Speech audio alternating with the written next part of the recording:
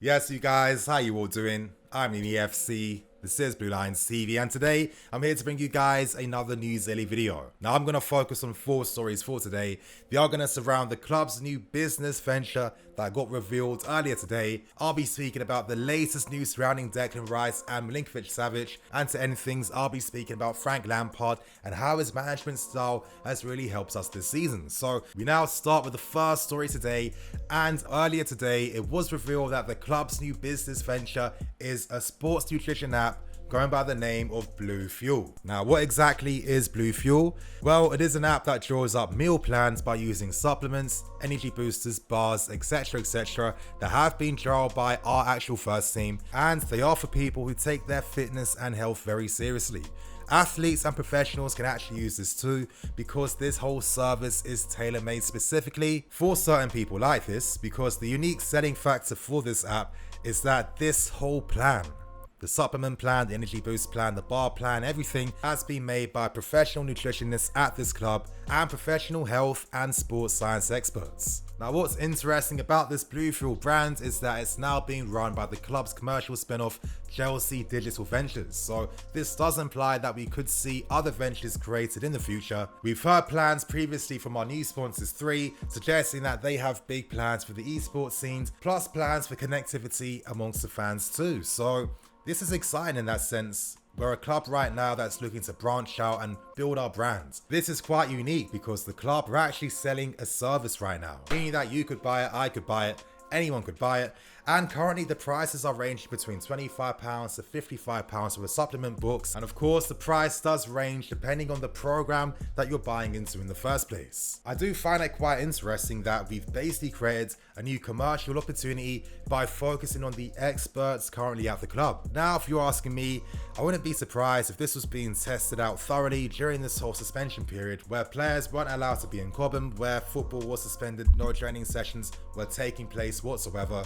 It seems like the perfect opportunity to trial something like this out and to test the effectiveness of this new brand. So it's interesting to see. It tells us that the club are planning on making even more money. It tells us the club do have plans for many years. I wonder what other business opportunities are going to be revealed and released as the future goes on. When you add up all the positives happening right now, not just on the field, but off the field too, commercially, football wise, everything, things looking great. I'm quite excited by these developments because it keeps re-emphasizing that we are in very good hands. The long-term future for this club, for me in particular, this next 10 years from 2020 to 2030 is going to be massive, and I think we're doing all the right things and taking the right steps to become one of the super clubs in European football. We now move on to the second story today, and we're going to speak about Declan Rice and the news surrounding him.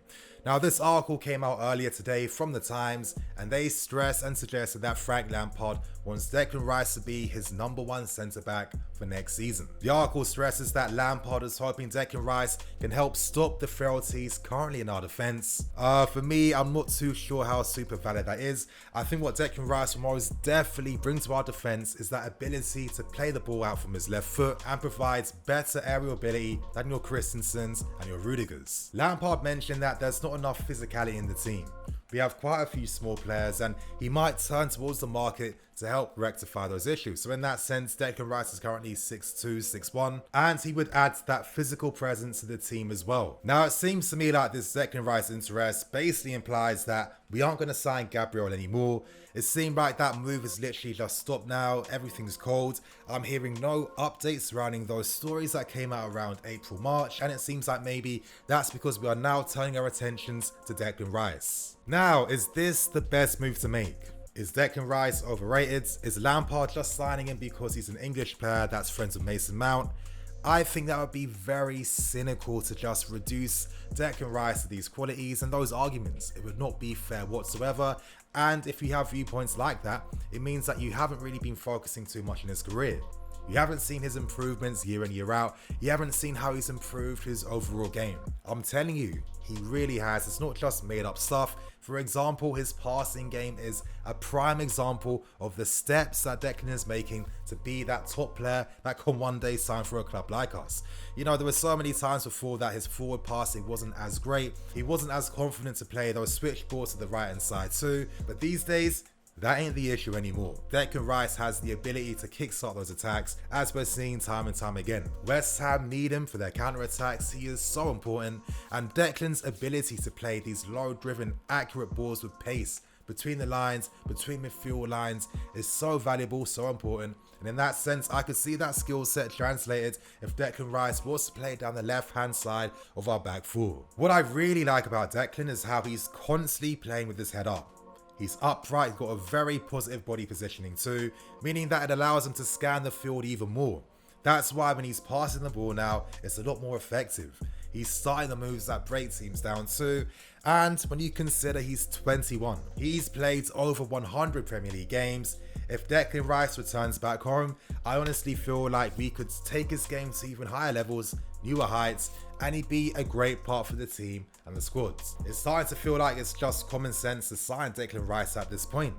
I think he would really benefit one player in particular, and that player is N'Golo Kante. Now, we're seeing that we are benefiting from using a midfield three that has a CDM in behind, allowing two number 8s to attack the spaces and play more attacking football. That is the beautiful thing about having a CDM. However, Kante needs a bit of game management. He needs some protection. We can't rely on him to play every single game week in, week out. Kante needs some time to rest too. So if Declan Rice was signed, his ability to play as a centre back and as a DM could be the perfect solution this team needs. Not only is Rice learning under Kante as well, him playing as a CDM in this team implies that we can keep playing that same way, using those same tactics, and from next season, because we're evolving how we play, we're evolving our style, I feel like we do need two CDMs. So instead of buying a specialist CDM, why not sign a player that's 2-in-1? That can play centre back, that can play CDM. I feel like this is a common sense signing, and I'm fully on board signing Declan Rice. We now move on to the third story today, and this is the latest surrounding Milinkovic-Savic. Now, these reports from Italy aren't dying out anytime soon. It seems like Milinkovic will be leaving Lazio at the end of the season. His original 100 million valuation has reduced. Lazio know, especially in this current COVID climate, there's no way in hell they're picking up those types of fees and getting that type of money. Makelele was acting as an advisor to help bring Milinkovic-Savic to this club, but with how I'm seeing things, I don't think that we could afford to sign him and Havertz in the same window. I think at this point in time, it's quite clear and obvious that if Havertz did not sign for any crazy reasons or whatever, it seems like Milinkovic-Savic would be that plan B backup option that we want to turn towards and use for this team. There's currently competition from Real Madrid and Paris Saint-Germain for the signing of Milinkovic, so he does have tons of options. He is a man in demand. He fits the profile of player that Lampard would want for this team.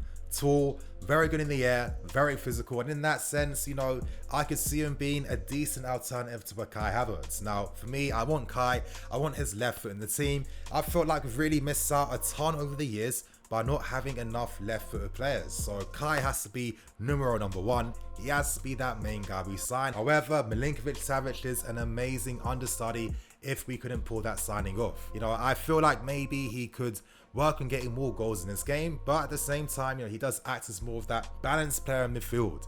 He starts the attacks, he wins those important tackles, he can drive the ball forward too, and he would follow in line with our history of signing great Serbian players. So he does tick a ton of boxes, but as I'm stressing, I see him as the plan B to a Kai Havertz.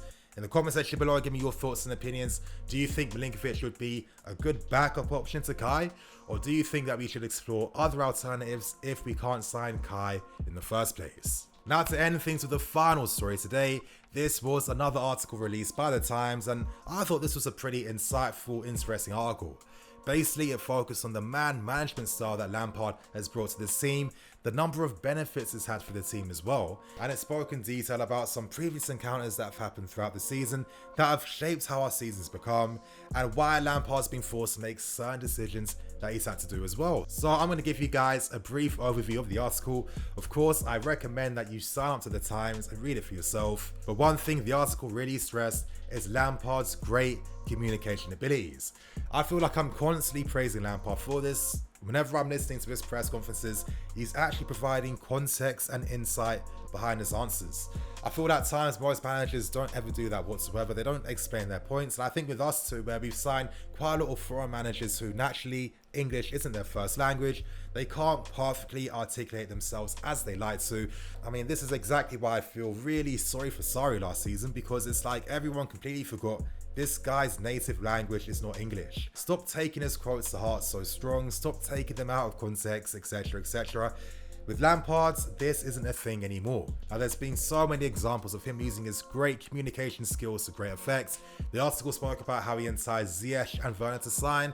They spoke about Lampard's first few days at the club too. Now, I really like reading this. It said that Lampard called every single person into the media centre. This included the entire staff, kitmen, and the players too. And when they arrived, Lampard gave a 5-minute speech where he detailed his philosophy and what he expects to see for this season.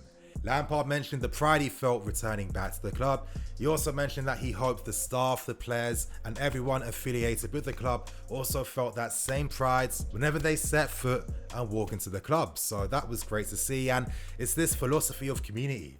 You know, that community feel that Lampard's built, that Lampard's believed in, which I feel has really given us that advantage as the season's gone on. I really like Lampard. I think he's a smart, intelligent man.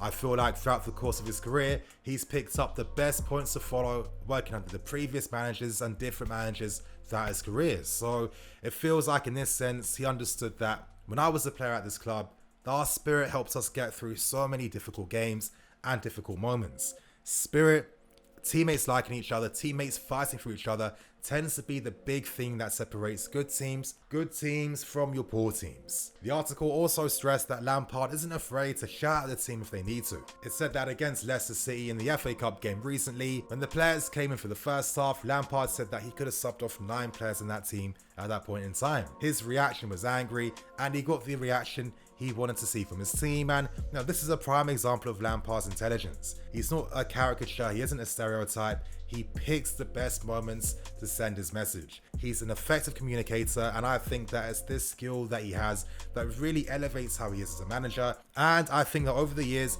we're going to be so indebted to Frank Lampard because I see him having an amazing future at this club. But anyway, you guys, on that note, that is going to be me for today. Remember to like, comment, and subscribe. I'm Mini FC. This is Blue Lines TV. I'll see you guys later with some more videos.